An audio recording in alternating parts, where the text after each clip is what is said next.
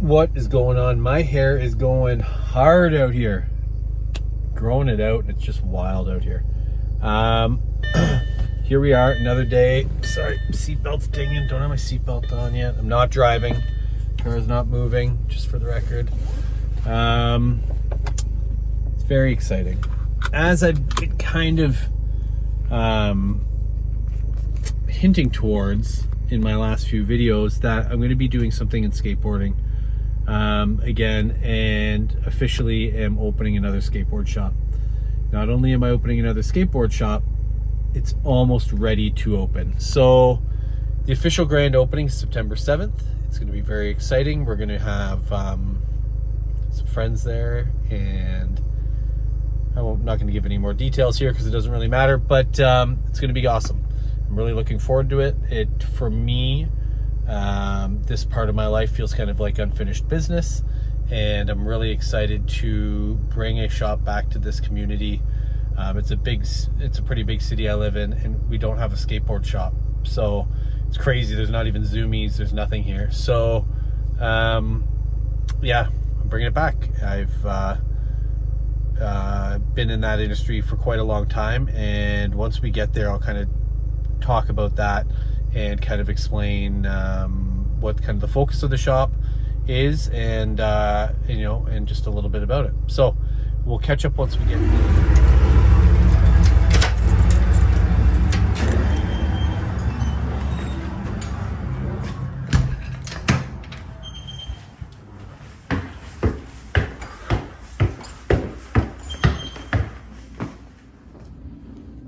Here we are. This is art that I used to make when I was in treatment, and this is really interesting. So my wife owns a company, and it's called Bright Light Content, and this was obviously before I met her. So ooh, who knew? But yeah, that's just up there randomly. Boards are going to be all along here, but that's just somewhere to put that for now. So let's do the tour. This is not done yet, so bear with me. This is a little sneak peek. So what we've got over here, we have a board wall. You can see, board wall. Boards are going to run all the way across the bottom of that wall. That rack thing won't be here. Rack for storage, then it's going to be racks all the way along here. Counter will run here. It's going to be a glass counter basically right here, running the length where all the trucks and wheels, bearings, and accessories will go in. And then in reality, that flat bar style thing, there's probably going to be a couple of them down the center here. We're not working with a ton of space. Previously, I come from, my shop's been very big, very built out, and you know, expensive. What I wanted to do here was to build something as kind of a side project / passion project that really just allows me to have kids and people that skateboard to have somewhere to go and acquire their product. Not doing this to make money, because I have a career. I don't need this to make money from. But what I do want it is to be able to sustain itself, not make me lose all my money, and but ultimately, at the end of the day, it's just so people have a place to get skateboard stuff. I'm doing this because I enjoy it, not because I need to do it. So that's where we're at so far. We are almost 3 weeks out to the day from opening. So, you know, windows will be all nice and open. It just looks out onto the street, which is kind of cool. Open this up. There's a punk rock band playing next door tonight. Nice day out. But yeah, so that's the progress of the shop so far. I'm excited about it. It's going to be fun. We're going to have lots of amazing skate brands. We have lots of stuff already on the way. We're going to have a little bit of apparel, a little bit of footwear.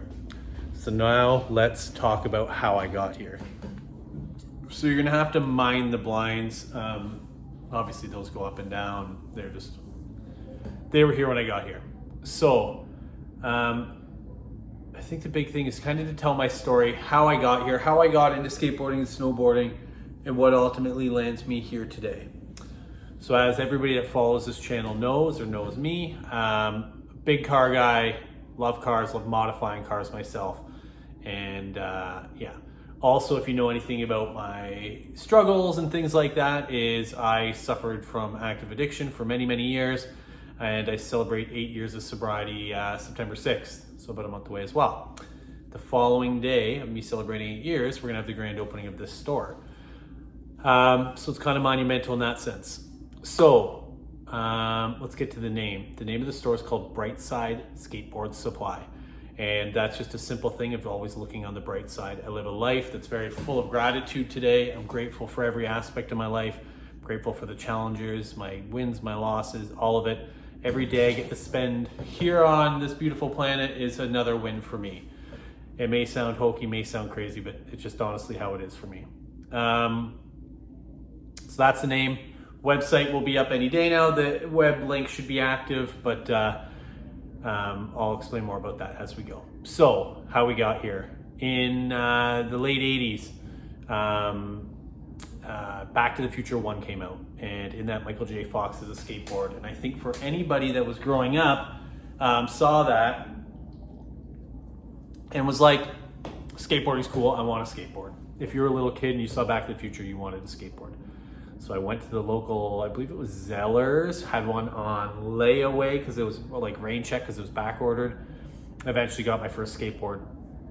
In 1990, I moved to Kelowna, British Columbia, and that's where I first started snowboarding. The culture out there was much different than here in Ontario. Snowboarding and skateboarding, because the West Coast was a huge thing. And the nice thing about it is that all my friends back here had started skateboarding the same way. So they were already into skateboarding, and we would chit chat back and forth. This is pre-internet, obviously, in the early 90s. And it was awesome. So started skateboarding and snowboarding more for real versus being a little kid in around that early 90s time. I moved back to Ontario in 1993 and reconnected with all my old friends that I grew up with. And we all skateboarded together, and we skateboarded a ton. Everywhere we went, typical skate rats, downtown Kitchener, late at night, running from security and the cops. And you know, it was a different time. Skateboarding, and I hate to say this because it'd be nostalgic or just sound old, and I'm sure every generation says this, it was just different. Like, we just went everywhere. There was no cell phones. We were just running around. I astonished our parents let us do it. But we always made it out all right. None of us ended up in any trouble. We never ended up in jail, nothing. It was always super fun. In 1993, went into a shop called The Funhouse, downtown Kitchener. That was a historic shop here, ran by Dan Opek and his brother. And that shop was the best. Everybody that skated for it, everybody in town looked up to, like everybody that skated looked up to them. And we would always hang out there, and that's where some of my best friends are from. I bought my first pro model snowboard there, a Russell Winfield pro model ride board, which I was able to reacquire, not my actual one that I had, but the exact same model. A couple of years ago, I found on eBay, so I have it again. And like I said, snowboard, skate, nonstop, and it's been my life ever since. Like I mentioned, I've made amazing friends, my closest friends, my best man in my wedding, my best friend, all, you know, through skateboarding. And that's why I am so passionate about doing this, is that skateboarding has given me so much in my life, and it's been one of those things that's never taken. And it's kind of hard to explain until you've lost a bunch of things, that feeling.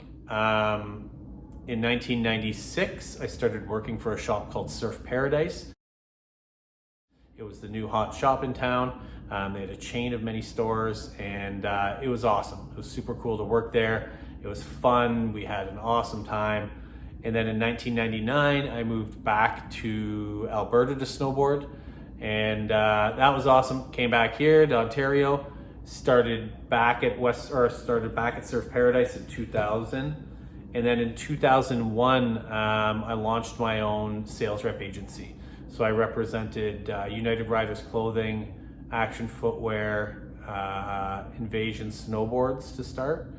And that was super fun and exciting. And then I started working for Board Zone that same year.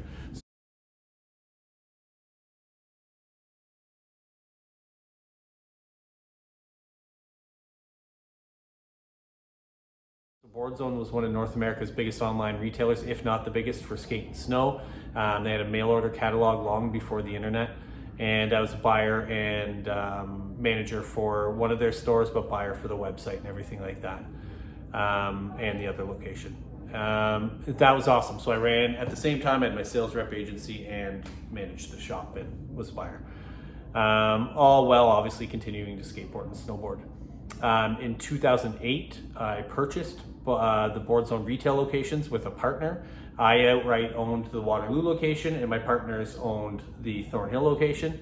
In 2012, I think it was, we opened a third location downtown Toronto in the Junction, Dundas and Keele. And you know, things were great when they were great, and things were tough when they were tough.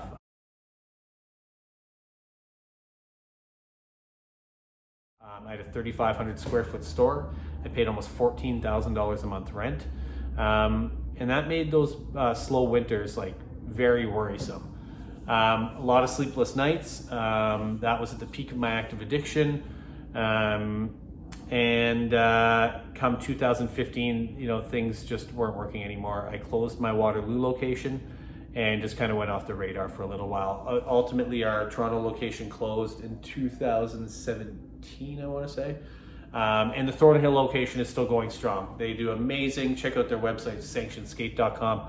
They're family to me, an amazing shop. I'm so grateful for the support that they still give me, and just a great operation over there. So they're still kicking and going strong. They have a huge store in Thornhill, Toronto. Once 2015 hit, I just kind of had to get away from it all. My passion for skateboarding and snowboarding was gone. Owning the store and the rep agency just was mixing business with pleasure, and you know, I didn't want to see it or hear it or be anywhere around it. In 2016, I got sober, and in 2000, I want to say 2018, I started to get that itch to get back out on the board. I noticed, come across my feed was a clip of this skate footage, and I started to watch it. And I hadn't watched videos, nothing. I was completely removed from it. And I was like, yeah, I'm back. Like, this is what I want to watch. This is what I want to take in with skateboarding and snowboarding. And I was right back into it. So setting up a new board, and it's been, you know, new snowboards every year since, and doing that a ton. So my passion for it was back. And then, you know, over the last couple of years, there just hasn't been a shop in the region. And between our couple cities that connect here that create Waterloo region, you have over 500,000 people. And to not have a skateboard shop, even in the mall, like not even like a chain store, nothing, nowhere to get a board, really bothered me, because the importance that a independent skate shop has is far beyond just being able to get a board. This is where friendships are made.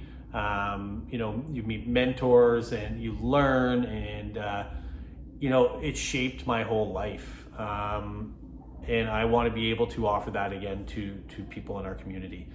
We need it. Kids need to be outside skateboarding. Kids need to be able to express themselves in artistic ways without having to be a team sport. And there has to be accessibility. And you know, hopefully that's what we can do here.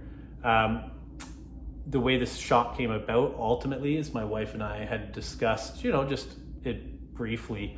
And the company I work for that does bicycles, we had kind of chatted about, hey, maybe we bring in some skateboards, and maybe that's, you know, an interesting strategy to kind of mesh off all the bikes. And I'd gone home that night and I just talked with my wife, and I said, I think we should do this. I think we do this separately. And you know, I had a conversation with the owners of the bike shop, and it made sense for us to go in on this on our own.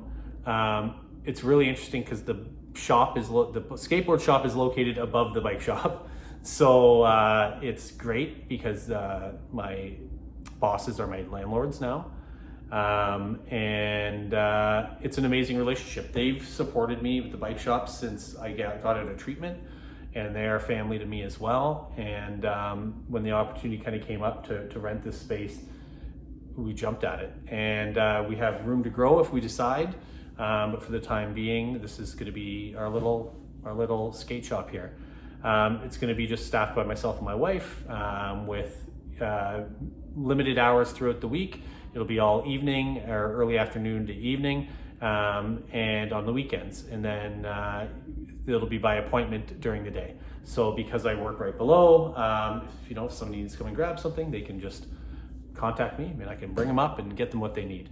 So it really is kind of full service for, all day access without me having to pay, somebody to sit up here when, times are slow. Ultimately, at the end of the day, I don't want to own another company. I vowed I'd never open another skate shop without owning the building. And this is the only thing that made sense. So we're going to start small. We're going to grow organically. We're going to work hard. And we're going to bring in all the best brands. And, I got to say, when I left the skateboarding industry, I didn't leave on a high note. I left kind of in a blaze of glory and, kind of burnt the place down.